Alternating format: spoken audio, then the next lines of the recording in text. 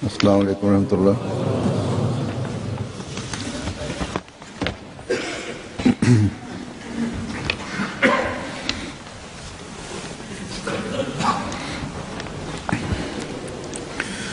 अशहदु अल्ला इलाहा इल्लल्लाह वहदहु ला शरीका लहू वअशहदु अन्ना मुहम्मदन अब्दुहु व रसूलुहु अम्मा बादु फ़अऊज़ु बिल्लाहि मिनश शैतानिर रजीम बिस्मिल्लाहिर रहमानिर रहीम अल्हम्दुलिल्लाहि रब्बिल आलमीन अर्रहमानिर रहीम मालिकि यौमिद्दीन इय्याका नअबुदु व इय्याका नस्तईन اهدنا الصراط المستقيم صراط الذين أنعمت عليهم غير المغضوب عليهم ولا الضالين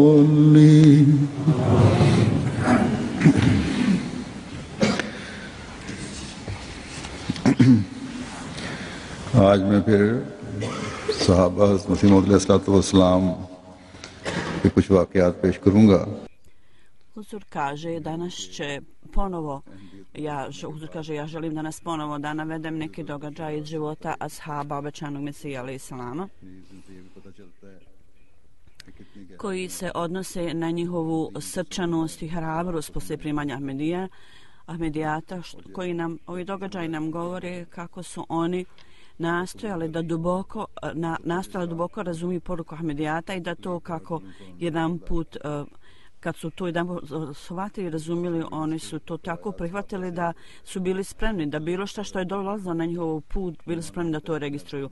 Iz registra navoda ashaba ima raznih stvari pod raznim naslovima, razne stvari su navedene i ja ću spomenuti vrijeme i navoditi.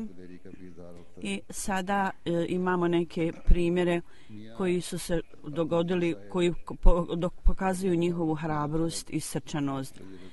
Mija Abdul Aziz sahib, koji je poznat kao Mogul sahib, radijallahu anhu, on kaže, ja sam i Ejub Beg sahib, taj čovjek kaže on je Ejub Beg sahib, otišli smo u kuću Molva Abdul Donki i neko je pitao Donki sahiba, tog domaćina gdje su oni došli, da Ahmedi pitali su ga zašto si ti proglasio našeg vođu i nas kao nevjernika. Ovaj čovjek je bio profesor na univerzitetu i također je on stavio svoj pečat na ovaj iskaz protiv Mesije. I on je ovo pitanje pitao. On je u odgovoru rekao da je takav i ti molvi su hođe su naveo imena ovih hođa, kaže oni su dali takvu odluku, takvu presudu, ja sam također napisao. Tako da mu je ovaj Ahmedi Jakub Sab rekao, hrabro rekao, ako ovi ljudi budu išli u džehennem, hoćeš li ti skupa sa njima ići u džehennem? On je rekao, ja sam napravio grešku, ja nisam gledao na knjige obećanog Mesije. I tako da ovaj prenosilac kaže da mi smo otišli k njemu i napisali knjige koje su bile napisane do tada i ostavili da čita ove knjige, dali mu 3 mjeseca. Posle 3 mjeseca smo ponovo otišli k njemu i on je rekao, vi ste kao djeca, vi ste mladi ljudi, vi ste samo djeca, vi ne možete razumjeti ovu stvar. Tako je taj rekao profesor. Jedan od ovih Ahmedi mladića su rekli, ja sam već završio fakultet I ako hoćeš da naučiš neke stvari, možeš od mene naučiti neke stvari. A ako ja budem trebao arapski, ja ću biti u stanju da od tebe također naučim. Ako smo mi djeca nisu odgovorna ni za što, možeš im nam dati ovu stvar pismeno. Tako da smo otišli oni po treći put i još jedan stariji član Ahmedijata je otišao sa njima. Kaže, mi smo ga poveli sa svog starijeg člana, tako da ne može reći da smo svi kao djeca koja mnogo ne razumiju. Tako da smo mi poveli ovog starijeg čovjeka. Mi smo započeli ovaj predmet razgovora i onda je ovaj profesor rekao, to je vrlo dobro. Rekao je da su oni govore zapravo o drugim stvarima. Govore da su muslimani otvorili razne radnje, da je to dobro, bla, bla, bla. Molvi Abdullah sahib, on je bio pomognut od ovog čovjeka. Međutim, Ahmedi je rekao, mi smo na sudnjem danu, ćemo držati ovu ruku ovako i pitat ćemo zašto su nas proglasili kafirom. Onda je ovaj profesor na to rekao, kad su Ahmedi to rekli, šta ćeš na sudnjem danu reći, rekao, mene nije briga. Onda su ovi Ahmedi mu rekli, ako ti ne vodiš brigu o Allahu, onda ti ja neću više cijeli život nazvati sela, mene nije onda briga za tebe, ne želim se ni družiti s tobom. I kaže, držali smo obećanje cijeli život i ja sam također ovoga se držao do kraja života ovog starijeg čovjeka koji je tako rekao. Ova tvrdoglavost takozvanih učenih ljudi je u to vrijeme su pokazali, oni nisu ne čitali knjige, ali su samo čitali dijelove toga i samo su slijedili izlaze nekih hođa, bez čitanja stvarnog konteksta toga i bez da čitaju duboko i na široko. Oni su potuživali očnog Mesiju. I sada Arapi, Huzur kaže, sada meni izvještaj govori koja primam, oni kažu Pakistani hođe su proglasile Ahmedi da nisu muslimani i mi ne trebamo da puno mislimo o tome da ih proglasimo nemuslimanima. Ova stvar se događa znači od samog početka od Ahmedija džemata i danas se događaju ovakve stvari. Hazreti Munši Kazi Muhammed Ali Sahib prenosi da nekoliko dana nije išao u školu kad je bio student i Mirza Rahmetullah iz Teska koji radio negdje. Ovaj čovjek me je pozvao i pitao me gdje sam bio nekoliko dana. Ja sam otvoreno rekao da sam išao u Kadijan. I on me je pitao jesi li ti dao zavid bajata, jesi li prihvatio Ahmedijat? On je rekao jesam. On je rekao nemoj tu spominjati stvar ovdje, ja sam također Ahmedi, ja sam dao bajat također, ali nikome ovdje ne govorim jer da me ljudi ne bi proganjali. Međutim, ovaj mladić je rekao ja neću čuvati u tajnosti tu stvar što god da se dogodi. Što god naši učitelji kažu, mene nije brige. Kaže, onda ovaj mladić kaže ja sam spomenuo svom učitelju koji me učio hadis i Kur'an i po Kur'anu ja sam rekao da sam postao Ahmedi, on ovo nije volio, bilo moje krivo zbog ovog i dan za danom postajao je sve grublji prema meni.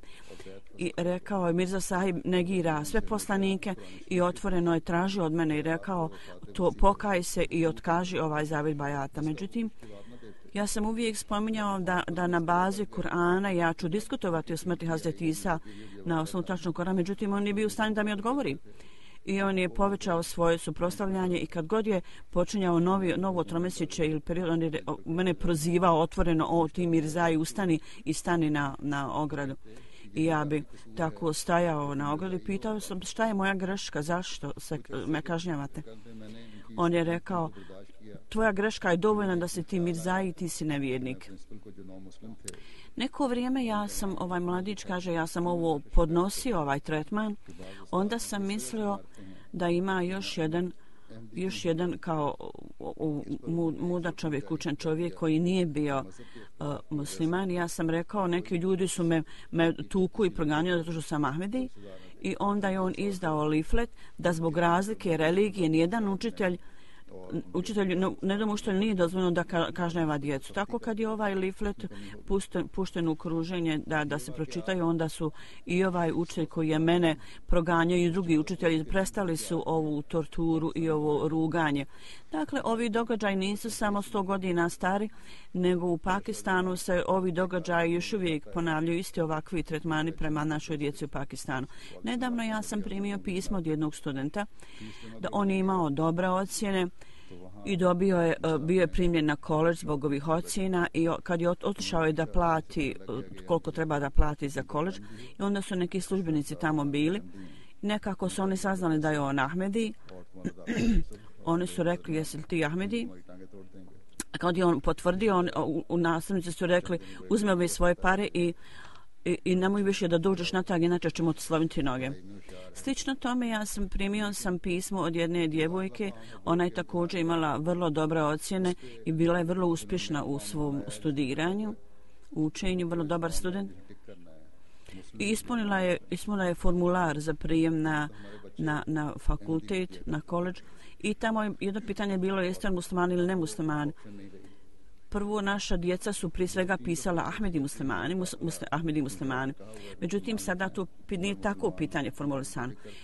Nekoliko puta ona kaže ja sam pisala musliman, međutim onda oni kažu u proglasu, one imaju pitanje u formi da kažu uvredljiv riječ protiv običnog mesija. Kad je ona to odbila, oni su vidjeli da je on Ahmedi muslimani i oni su joj odbili prijem. Takva se tortura provodi prema našoj djeci čak i danas. To je direktor je bio jedan kao sudac, bio je prilično pravedan i onda u to vrijeme na nekoj školi bio je pravedan učitelj i onda je to dozvolio. Međutim, sada se naša djeca tako tretiraju i torturišu do velikog stepena i mnogo je djece na koji to utječe. U svakom slučaju, ova nepravda se nastavlja, ali skupa s tim Allahovom milošću vjera naše omladine je ojačana.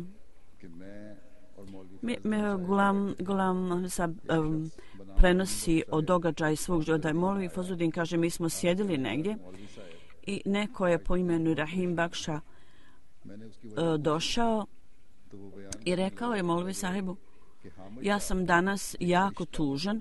Kad sam ga pitao za razlog, on je rekao da o nekom čovjeku, Ahmed Šab, on je kao melek takve prirode i jako ga je hvalio, kaže on je jako pobožan čovjek.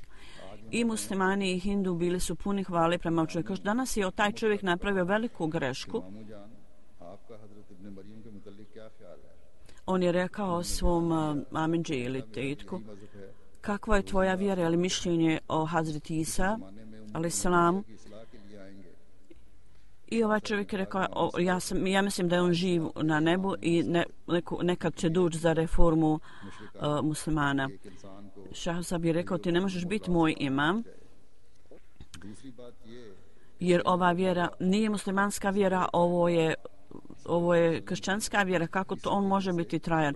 Druga stvar, to je uvreda časnom poslaniku, poglavice svih poslanika. I ovo je velika uvreda i poniženje časnom poslaniku. Časni poslanik je zakopan ovdje u grobu na zemlji, a da je Isa alaih salam uzdignut na nebo. Onda je ovaj čovjek rekao, sada ti budi onda imam, a ja ću klanjati iza tebe. Kad sam slušao ovaj odgovor, onda sam mislio da sam prihvatio da je Hazreti Isa umro, jer onda sam mu rekao da vjerovanje da je Isa alaih salam na nebu, to je velika uvreda Božjem jedinstvu. I rekao sam, ja još uvijek nisam Ahmedi, ali ono što Mirza sahib je rekao, to je vrlo tačno. I on je rekao da ne smijemo vrijeđati časnog poslanika i ponižavati časnog poslanika. Moj učitelj je mene stavio je ruku na moja usta i mi dao da dalje govorim. Rekao, zašto si mi stavio ruku na moja usta? Ako je to tvoja vjera i ako vjeruješ da je Isa alaih salam mrtav, zašto onda da sjediš tiho, šutiš i sjediš tiho? On je rekao, ja izlazim iz džamije i ja ću, ovaj mladić je rekao, ja ću otvoreno najaviti ako Isa alejhi salam na nebu, ovo je poniženje časnom poslaniku sallallahu alejhi ve sellem. Ja to neću tolerisati, ne mogu i neću tolerisati. Ja sam odmah rekao svojim roditeljima o tome da vjerujem, kako mi za sahib kaže da Isa alejhi salam umro, ja sam rekao svom ocu i svom bratu. Moj otac je bio jako ljut i nadio me dađali i proklitom osobi, svašta mi rekao u ljutnji. Ja sam mislio da možda za nekoliko dana Neahmedi će me napasti.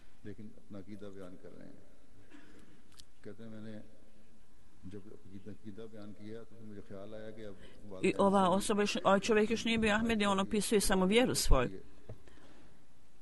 I onda je on, kaže, ja sam onda mislio da moji roditelji i moj brat neće me voljeti i Neahmedi hođe će biti isto protiv mene.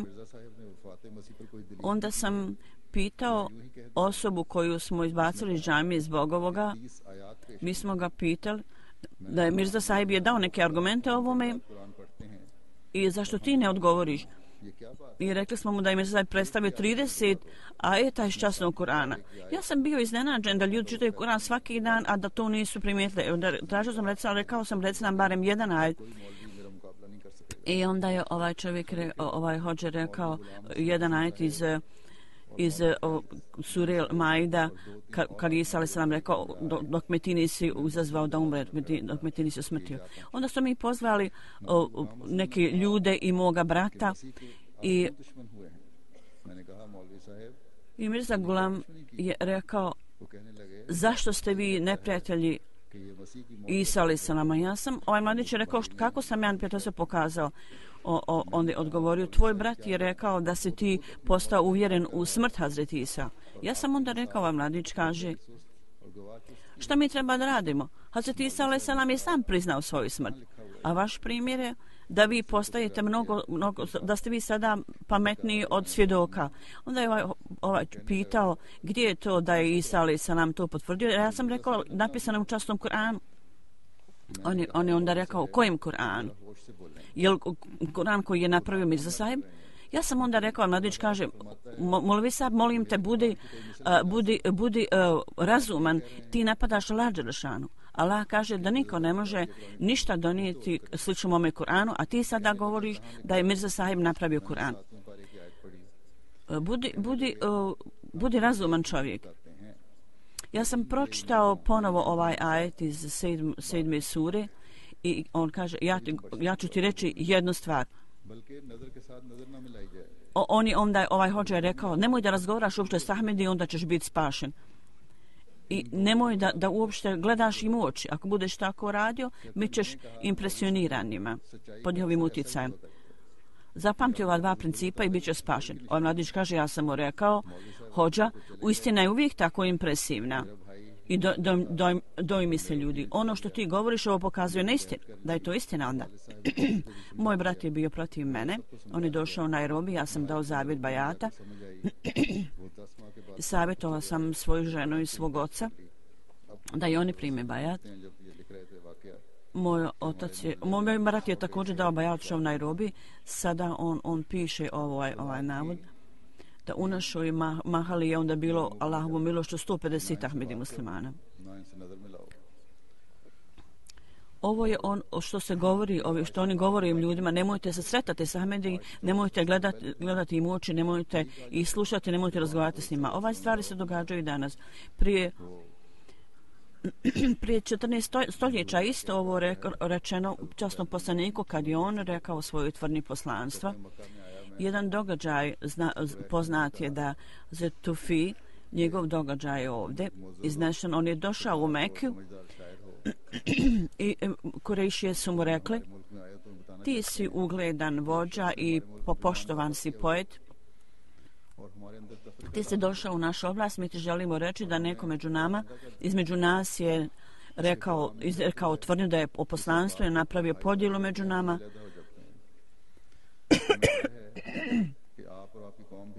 Njegove riječi su magične i članovi porodice su njegovi postali onda razdvojeni. Mi se nadamo da ti neće slušati njegov poruke, inače će se ista stvar dogoditi tebi. Zato nemoj razgovarati s njim, nemoj ga slušati. I oni su toliko insistirali, ovi nevjernici, da ovaj čovjek kaže ja sam odlučio da neću slušati ništa što časni poslanik bude govorio. Kad je ušao u džamiju, stavio je vatu u uši, tako da ne čuje ništa što časni poslanik govori. Časni poslanik je bio zauzet u namazu i ovaj čovjek kaže ja sam tiho stajao pored njega, međutim Allahova odredba je tako omogućila me da slušam, da čujem nešto što je poslanik rekao. I onda sam sebi rekao, teško tebi, ti si učena osoba i znaš razliku između dobrog i lošeg. Ako su stvari dobre, ako je nešto dobro, i onda sam sebi rekao, kad čovjek u pravu, onda ćeš prihvatiti ove dobre stvari koje on govori. Ako bude loše, onda odbiju.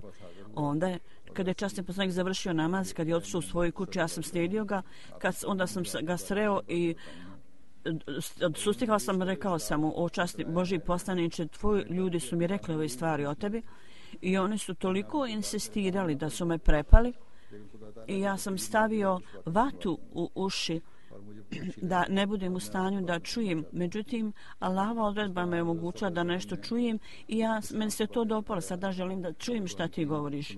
Na to je časni poslanik mu rekao o islamu i proučio mi neke dijelu časnog Kurana i rekao, tako mi Boga, ja nisam nikada čuo ništa ljepše i preljepše. I kad je proučio je kelme šahadeti postao muslima. Ovo je uvijek bio način i put protivnika. Ako postoji neka magija, onda je to kod protivnika, nikada nije sa strane poslanika. Allah dželešanhu je dao upravo ovaj argument, dokaz, da magija nikad ne uspijeva. I da je ova magija uspješna prenošenje poruka, onda prema argumentu časnog Kur'ana ovo nije magija, ovo je argument. I oni također treba da to prihvate. Slično tome, kaže Halifa Nuruddin sahib, on je bio stanovnik džamu, on je živio i zvali su ga Halifa Nuruddin, stanovnik džamu. On piše, kaže, ja sam otišao u Molvi Abdul Sabi, ja sam ga savjetovao, jednu godinu sam mu govorio, prenosio. On je rekao, ulema je dala odluku o ovom nevjerovanju. Međutim, Hakim Nuruddin Sahib je rekao, također su oni rekli protiv tvog oca. On je rekao, i on je rekao, ovaj čovjek je rekao o nekom čovjeku koji kaže on također prima objave, ja ću ga pitati obično bi se. Poslije jednog mjeseca došao je odgovor da je ovaj čovjek je rekao, sad kaže slušajte sad ovaj odgovor. Ovaj čovjek je rekao ja sam molio Allah i odgovor od Allaha, Allah kaže Mirza Sahib je kafir. Mirza Sahib je kafir, nevjernik. Ja sam otišao u Bedrava radi posla, kad sam se vratio, bilo mi pokazano ovo pismo, ja sam rekao onaj Bog koji je ovo objavio izgleda da je kukavica koji proglašava osobu da je kafir, također mu kaže Sahib gospodin. I on je rekao Mirza Sahib.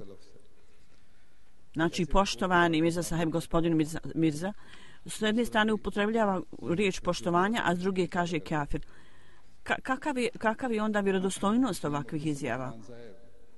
Tako ovi ashabovića mesije, oni su uvijek u izjavama uzimali ove stvari koje uvijek sadrže, lažna izjava uvijek sadrže neke stvari koja kazuje da to nije istina. Ovaj jedan drugi gospodin, čini mi se Mersab, kaže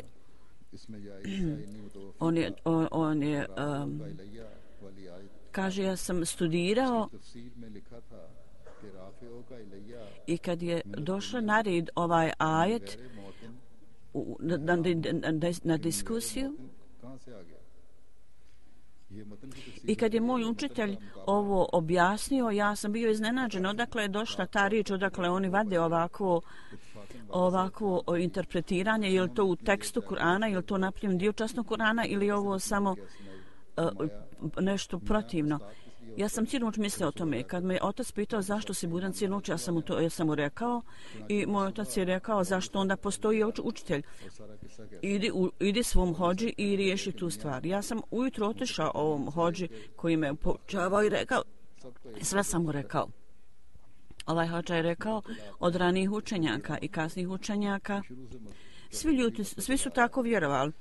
Tako da ova vjera takva, tako nemoj da se prepiriš oko ovoga, to je tako kako je.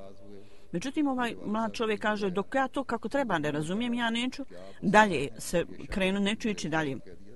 On je bio jako povrijeđeni ljud. On je pozvao moga oca i rekao mom ocu, moj otac mu je međutim rekao, ti si učitelj, ti to odluči, ja neću da se upličem u to. Ti si učitelj i objasni mom djetetu. Hođa je ponovo natjerao mene i rekao, čitaj. Ja sam rekao, ukoliko mi ti ne objasniš, ja ne mogu dalje čitati, niti mogu dalje studirati. Ovaj hođa moj je bio ljud i udario me i rekao, ti si lud. Jedna stvar je da se ti lud, a drugo je Mirza Sahib je također lud. U to vrijeme on čak nije poslušao poruku Hazret Mirze Sahiba. Nije znao o tome. A odmah je rekao ovaj ide i ovaj mladić kaže, čim je on rekao da je Mirza Sahib lud, ja sam imao nešto solidno, nešto čvrsto u svom srcu, da ima neki temelj mom razmišljanju i da je ta ideja došla u moje srce i na moj um. I sigurno mora biti neka čvrsta podloga u tome. Tako da nisam gubio više nikakvog vremena, rekao sam svom hođi, dok mi ne objasniš, ja neću dalje ići, neću dalje učiti. Ovo je religija i nema nikakve prisile u religiju. Danas ti mene možeš preoblatiti u svoju religiju da me udariš, međutim drugi put me hođa može udariti 2 puta neki drugi i natjerati me da vjerujem nešto drugo i treći put neko me može udariti 3 puta i promijeniti moju vjeru. Kakva je ovo šala, kakvo zezanje? Ja neću ništa dalje učiti dok mi ovo ne objasni. Iz ovoga proizlazi da nije vrlo lahko vjerovati nešto jednostavno, nego treba ići u dubinu značenja. Kaže, bilo je 11 sati i ja nisam htio dalje da čitam, nisam htio da dalje učim bez objašnjenja. Uveče je još jedna druga osoba rekla, učitelj je ponovo rekao jednu stvar, da ono što ti govoriš pokazuje da si ti lud. Onda druga osoba i da je Mirza Sahib kaže i on je također lud. Ova osoba je rekla da je učitelj tako rekao. Ove moje srce još više bilo ojačano, da ove stvari nisu jednostavne i da nisu bez ikakvog osnova. Ja sam opet otišao drugom jednom hođi i ovaj hođa je rekao, to je velika prepirka. Postoji osoba koja tvrdi da je Hazret Isa alejhi selam umro i taj Isa o kojem dolasku se čeka, on je rekao da je on taj. Ja sam prvu stvar razumio, a drugu stvar još nisam znao. On je rekao, ja sam otišao u Pandžab, tamo sam ostao 22 dana. Jedan od njegovih sljedbenika, Nuruddin, je bio tamo kao liječnik. On je bez premca osoba, nema mu ravne. Vrlo ugledan učenak, ne može se niko nadmetati s njim. Tako je veliki učenjak. I Molvi Sahib je dao bio bajat, bio je Ahmedi, ali nije ovom mladiću spomenuo kad je to rekao, međutim bojao se opozicije. I rekao je, nemoj naglas uzvikivati da ljudi znaju. To je još jedan bio hođa koji je bio na Ahmedi, sjedio je tamo i rekao je, možete on čuti. Ovaj mladić je rekao, mene nije briga ni zašto, kako ja mogu da prestanem da ne spominjem ono što je istina. Na ovaj način, dok je čitao, došao je prije 1905. i došla je ova godina i Hakim Sahib je došao u Delhi i gospodin je boravio u svojoj kući i 1000 ljudi su došli da ga vide i ja sam također otišao. Ja sam otišao sa ovim hođama koji su bili protiv i bio je veliki broj studenata i naš vođa, Molvi je bio naš vođa. On je počeo da kritikuje Hazret Mirzu Sahiba. Hazret Mirza Sahib je rekao, samo čekaj. Hazret Mufti Sadik Sahib, uzmi papir, olovku i napiši artikl i dadni mu da pročita ovom hođi koji je bio protiv. Ako ne razumiješ nijednu riječ, onda me pitaj. I tako napravi onda dadni odgovor na to. Hazret Mesih alejhi selam je odmah napisao kratki članak i dao Ahmedi ovom hodži i rekao mu pročitaj to ako ne razumiješ od mene, pitaj. Sada ti daj odgovor na ovaj članak koji sam ja napisao. Hazreti Mesih Maud alejhi selam je rekao tom Ahmedi hodži, prvo pročitaj moj članak naglas i napiši odgovor i pročitaj naglas svoj odgovor. Ovaj hodža nije napisao svoj odgovor, počeo je da čita članak obećanog Mesija alejhi selama i obećan Mesija je rekao bolje da se napisao odgovor svoj na ovo, tako da vrijeme ne bude izgubljeno. Međutim, ovaj hodža rekao nema potrebe. On je počeo da čita o članak obećanog Mesije i rekao ja ću verbalno napisati, nema potrebe da išta pišem. U svakom slučaju, on je pročitao cijeli članak koji je obećan Mesija napisao i kad je završio, onda je stajao tiho, ništa nije odgovorio, ništa nije mogao odgovoriti. Neki studenti skupa s njim rekli su da smo znali da nećeš biti u stanju da na ovo odgovoriš, onda bi nekoga drugoga pozvali kao svog vođu. Ti si nas zapravo učinio da se osjećamo postiđeni. Ovaj hodža je onda udario ovog studenta. Onda je on udario hodžu. I on je također rekao isto. Mufti Sadik Sahib jednostavno ih je utišao i rastavio, prestao bitku i poslije započeo je govor obećanog Mesija alejhi selama i u toku njegovog govora neki ljudi su dizali galamu i Ahmedi su okružili obećanog Mesija alejhi selam i bio nekog prostora i kaže ja sam našao prostora i ja sam htio da prođem tamo, oni su mislili da ja nisam Ahmedi i Pir Sahib je bio tamo, on je mislio da sam ja protivnik jer sam bio sa ovim ljudima koji su dizali galamu, oni su me gurnuli i u mom srcu je bila neka ljubav naklonost prema obećanom Mesiji alejhi selam. Tako kad sam vidio prazno mjesto, ja sam ponovo ugurao se tamo, oni su me ponovo izgurali jer su mislili da sam protivnik. Onda Nuruddin Sahib me zaustavio i rekao je zašto zgurate ovog čovjeka? I oni su rekli on je protivnik. Ahmeti su rekli on je protivnik. Molvi Sahib je rekao, jesi li vi otvore njegovo srce da vidite? Kogod dođe blizu, dozvolite mu da dođe. Neka sjedi, nemojte ga gurati napad. Čamrivala je bilo ime ovog jednog čovjeka. On je koristio vrlo loš jezik prema obećanog Mesija alejhi selama i ja sam rekao mu,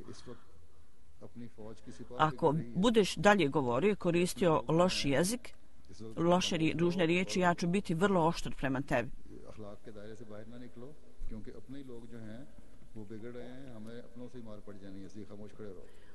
Članovi džemata su savjetovani, dati im je savjet da šute jer će na drugi ljudi pretući. Zato šuti. Obećan Mesija alejhi selam je rekao, Allah dželešanuhu je mene poslao kao obećanog Mesiju i rekao mi je da ovi ljudi koji ne mogu da odluče zbog nedostatka manjka znanja treba da obilato uče ajet iz sure El-Fatiha ihdine siratal mustakim siratal lezine enamte alejhim, da uče taj ajet hodajući, sjedići, ležeći koliko god mogu sa iskrenom namjerom. Ako budu učili 40 dana, Allah dželešanuhu će im otkriti istinu. Ja sam odmah od tog momenta počeo učiti. I prije nego što je prošla sedmica, meni je istina bila otkrivena i kazana. Ja sam vidio je mjesto tog mjesta Mahali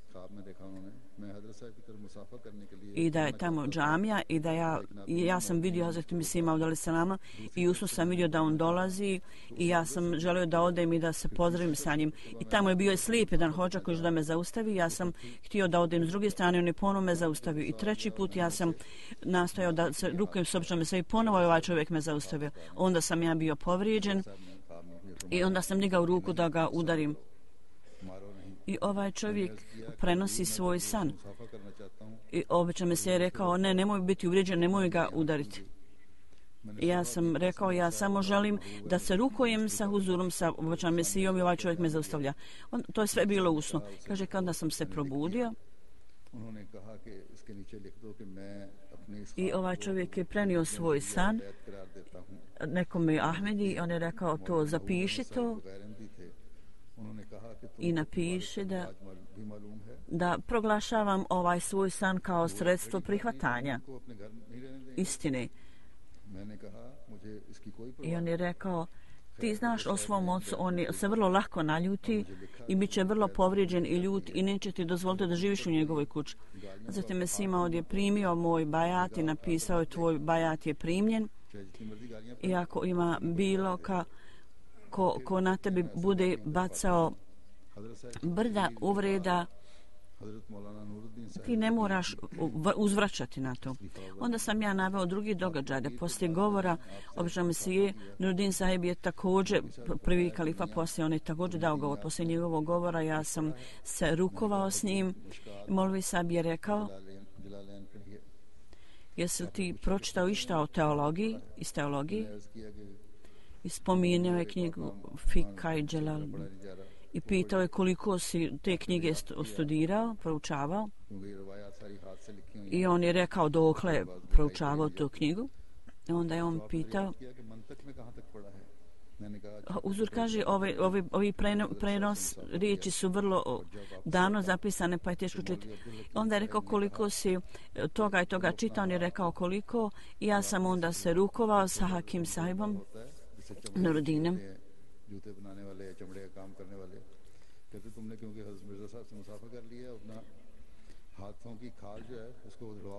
I on je rekao, neki hođa koji njemu bio ušlo, koji nije bio Ahmedi, rekao je ti si sada uprljao svoju ruku, jer si se rukao sa Ahmedi, sada oguli svoju ruku jer si se rukovao sa običnom Mesijom, Bože sačuvaj. To su oni njemu rekli. On je svakom to dao svoj zavid bajata i vratio se na svoje mjesto gdje je živio. Ovo je jedan drugi prenosilac kaže u Vezirabadu, neku Vezirabadu. U sjevernom dijelu grada i upravljači Kašmira, oni su također tamo živjeli. Jedan Rađa Taula koji je bio iz Kabula.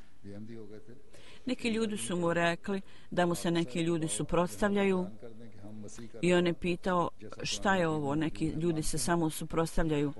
Pozovite Hafiz Sahiba da objasni. On treba da proglasi uzdizanje Isa alejhi salama kako u Kuranu.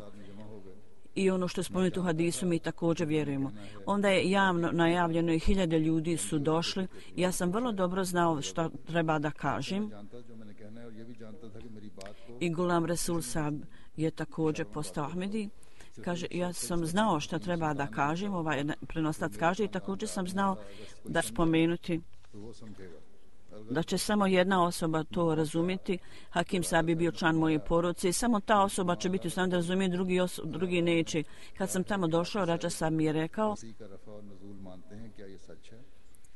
da je taj i taj rekao da oni vjeruju u uzdizanje Hazreti Isa. On je rekao, jest. Ako budete šutili, ja ću objasniti. Ako budete utišali se. Ja sam bio sam, a bilo je 1000 ljudi u publici.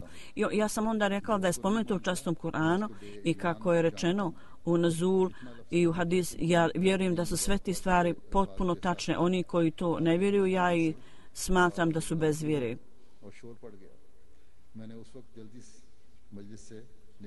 Ljudi su ovo ocijenili, međutim neki su podigli svoj glas. Ja sam mislio da je prikladno da tada odem, da napustim taj skup. Međutim, Hakim Sahib je prema mom razumijevanju, kao što sam ja mislio, on je rekao Rađa Sahibu, on nisi ti razumio, ovaj mladić je zapravo bacio nam prašinu u oči. Treba da ga precizno pitamo za njegovo vjerovanje. Jer sam ja samo rekao da vjerujem što je nevedeno u Kuranu i hadisu. Onda su ponovo ljudi došli za mnom da me vrate. Međutim, ja sam s druge strane došao u svoju kuću i proveo noć. Ujutru došao je ponovo neki vjesnik iz džamije koji je hođa poslao i rekao, Rađa Sahib kaže, Rafa i Nuzul, mi nismo zadovoljni tvojim odgovorom I rekao je da ukoliko ne proglasiš Mirzu sahiba nevjernikom, mi nećemo vjerovati. Onda mladić onda rekao, kako ja to mogu reći? Kaže zato što hođe tako kažu da je Mirza sahib kafir, da ti treba da proglasiš da je on kafir. A ja sam samo da ponovio njegovu reč, kaže, ja sam rekao, hođe kažu i da ja onda kažem, u smislu pitanja i čuđenja. Ja nisam samo ponovio njihovu izjavu. Ovaj vjesnik je otišao hođe, međutim oni su ponovo rekli, ovaj mladić je ponovo bacio prašinu u naše oči. On je zapravo proglasio hođe da su kafir jer tako govori.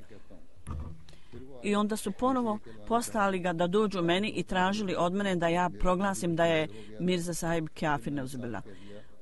Onda 2 dana su prošli, mladić kaže, ja sam pokupio hrabrost i rekao sam sve što sam rekao, to je ispravno. Svako ko proglasi da je Mirza sahib kafir, ja proglašam da su ti ljudi kafir. Onda je ovaj Rađa Sahib bio jako razočaran. Ja sam mu proučio ajet iz Kur'ana. Ovo je ajet iz Kur'ana, da danas ovi ljudi će se biti razočarani, izgubit će nadu da će promijeniti tvoju vjeru. Nemoj se bojati njih, nego se samo bojite mene. Nemojte se bojati njih. On kaže, poslije ovoga je počela ili rasprava ili ne znam šta. U tolikoj mjeri da ovi ljudi od koji nikad nisam očekivao, oni su govorili laž protiv mene, međutim mene nije bilo briga.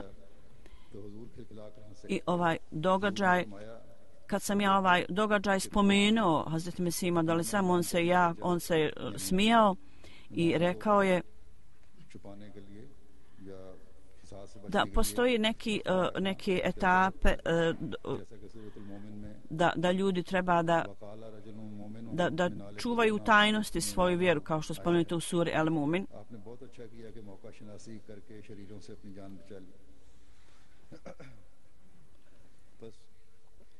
I kaže, dobro je da si razumio stanje situacije i da si vrlo pažljivo se ponašao. Ovo su primjeri torture prema Ahmedi muslimanima, da odustanu od ispravnog puta i da ih zavedu. To su nastojanja hođa i ljudi koji ih slijede. To nije stara stvar, čak i danas, poslije 123 godine. Ovo su stvari koje se ponovo, s kojima se Ahmedi ponovo suočavaju iz dana u dan. Međutim, zajednica Ahmedi muslimana uprkos svih opozicija ide dalje i dalje. Inšallah, nastavit će ići dalje. U svijetu svuda ljudi s ciljem da izraze svoju vjeru su sve jači i jači, čineći tako. Nakon prihvatanja vjere, oni uvijek drži ove upute Al-Đelešanu ispred sebe. Ne bojte se ljudi, bojte se samo mene. Ako treba da se boji nekoga, onda treba da se boji Allaha, a ne njegovih stvorenja. Da Allah Đelešanuhu pokloni članovima džemata još veću jakost i snagu u vjeri, ne samo da je održi, nego da uveća vjeru našu članova džemata. Danas ponovo jedan događaj slične prirode se dogodio.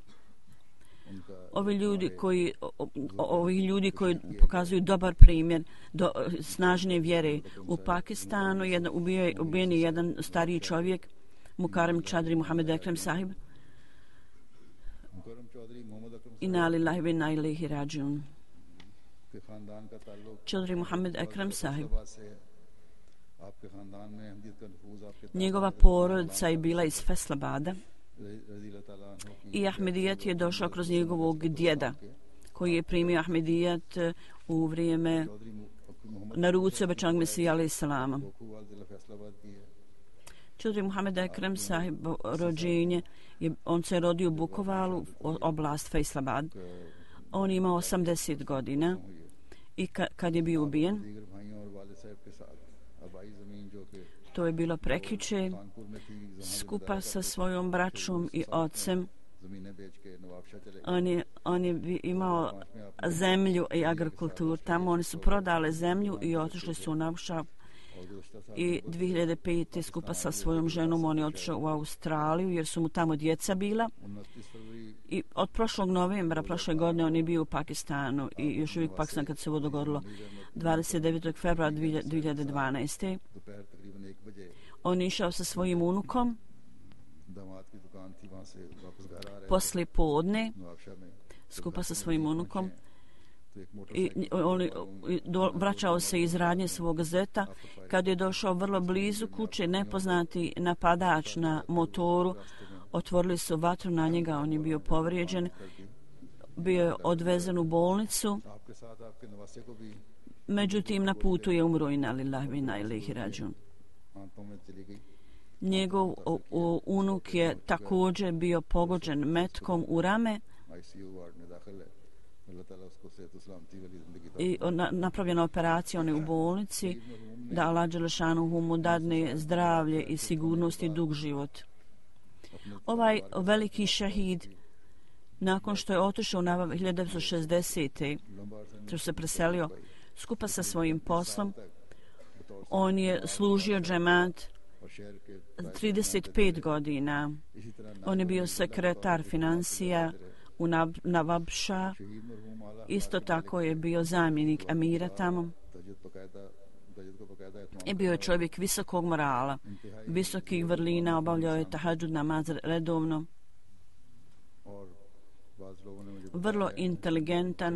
Vrlo inteligentna osoba.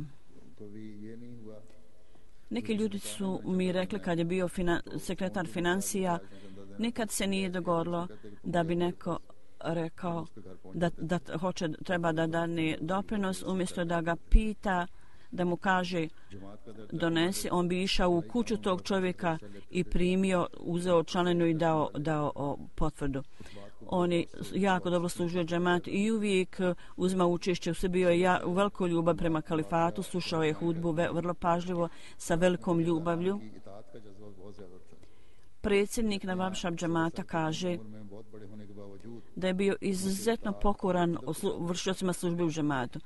I kaže, uprkos što je bio stariji čovjek, on je prema meni pokazivao veliko poštovanje cijelo vrijeme. Ovog puta kad je došao iz Australije u Pakistan, tražio je od mene, ovaj čovjek kaže, da napravi spisak siromašnih ljudi i pomagao je svim ovim ljudima sve dok je živio tamo, dok je bio tamo.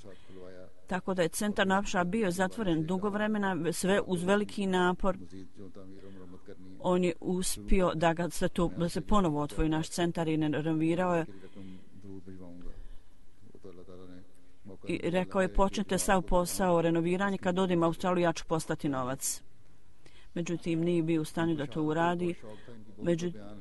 Da Allah dželešanuhu omogući džemat da završi ovaj posao. On je bio vrlo naklonjen, želio je da bude ubijen, da bude šahid. Kad god sam ja davao vijesti o šehitima, o bilo kome, on je rekao, ovo Allah dadne samo onim ljudima koji su sretni. Iza sebe je ostavio suprugu, 2 sina i kćeri, sva djeca su udata i oženjena. Kao što sam rekao, 4. Neka djeca su u Australiji, neki su u Nawabshah u Pakistanu.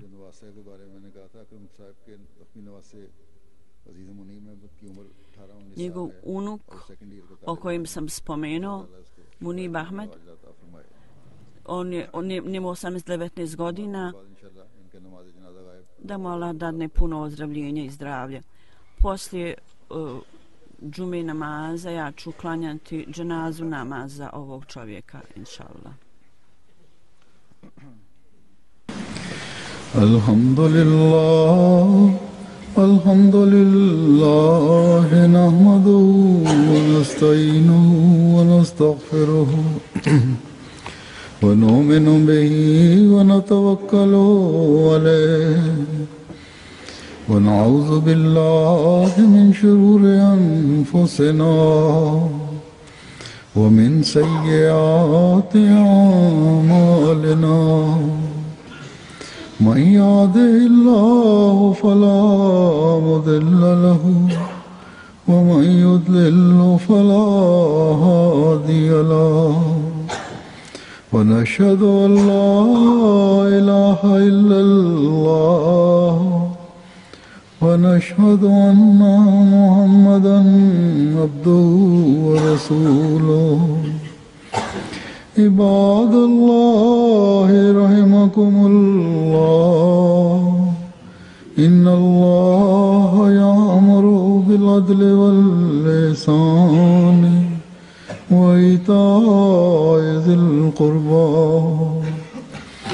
وينهى عن الفحشاء والمنكر والبغي يعظكم لعلكم تذكرون اذكروا الله يذكركم وادعوه يستجب لكم ولذكر الله أكبر.